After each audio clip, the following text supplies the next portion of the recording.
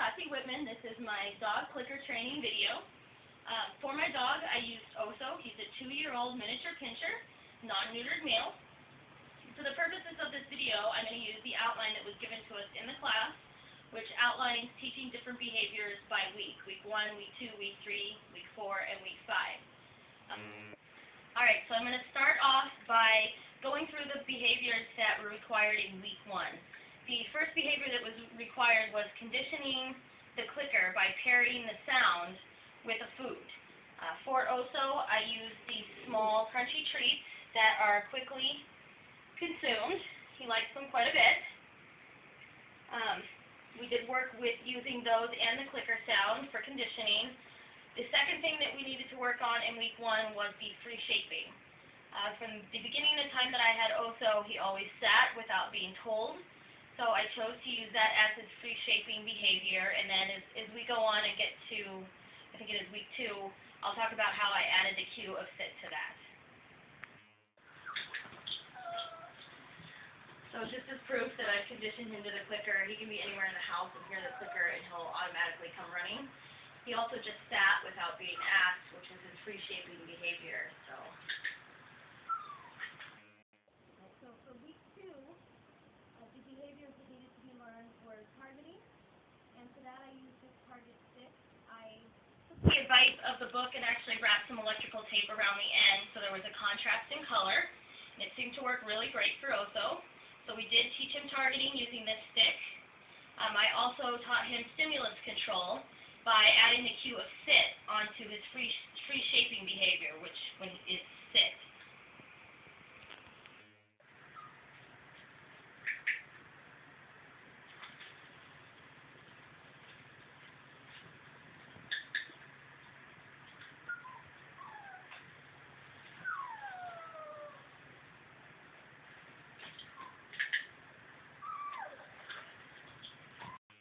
Sit.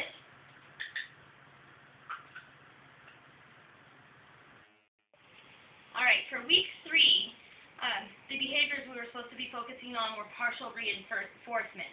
And we needed to reinforce known behaviors with 2-fers and 3-fers, and then just go into a variable reinforcement schedule. So the two behaviors I used for this partial and variable reinforcement were obviously the sit, because that's one of his known behaviors, as well as the target stick. So what I would do basically, and I will demonstrate that, is that I would go ahead and have him sit 2 or 3 times, or maybe more, before rewarding him. And same thing with the target stick. I'd have him touch the target stick 2 or 3 times or more before he actually got the click and reward. Sit. Sit. Good boy. Sit. Good boy. Sit. Good boy.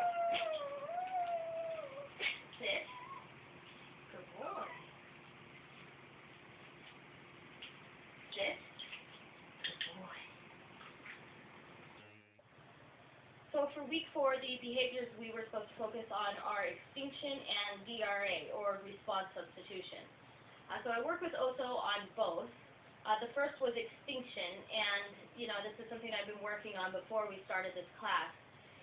When they stayed with my parents over this last summer, all of my dogs, including Oso, became very accustomed to being fed treats and being fed food off the table. So unfortunately, they began to beg.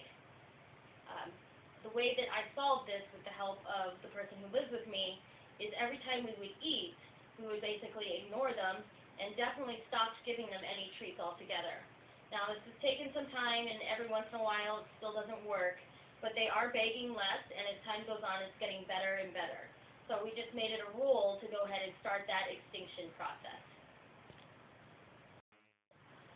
So for DRA, or response substitution, what I chose to do with Oso is substitute his unwanted behavior of mainly barking at the mailman when he comes to drop off mail outside our door, but also barking at anybody that tends to walk by the front step area in front of our house. So the way that I did this is anytime I would see or hear someone coming, what I would do is basically grab a toy, either decide to play Oso, or grab some sort of food as well. And what I would do is basically distract him from that person or thing outside by giving him something that was appropriate to do, like play in the living room near the door, or play with the toy near the door while that person was outside. Once he would be distracted and start playing with that toy, I would click and treat in order to reward him for doing something besides barking. Now, we're still working on this, but he has gotten much better. All right, so for week 5, the behaviors to work on were generalization and chaining. So the first behavior, generalization, basically just meant that Oso and I spent a lot of time in the neighbor's house, in the front yard. We'd also do some training when we were on our walks at the park. We'd stop and do training and then continue our walk.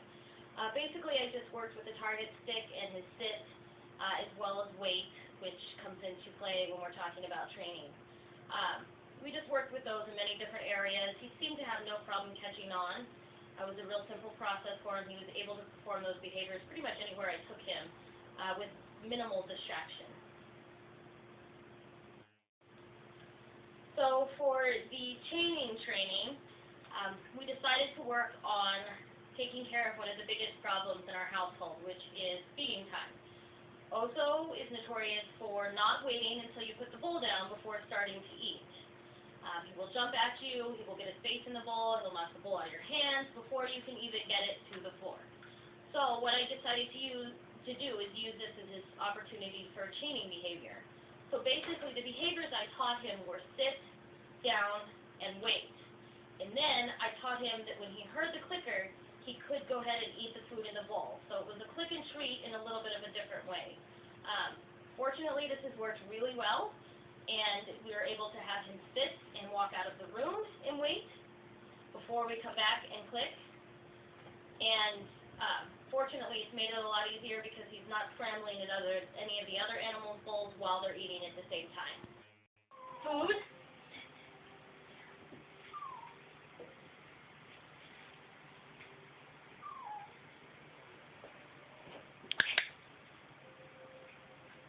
Can you hear me?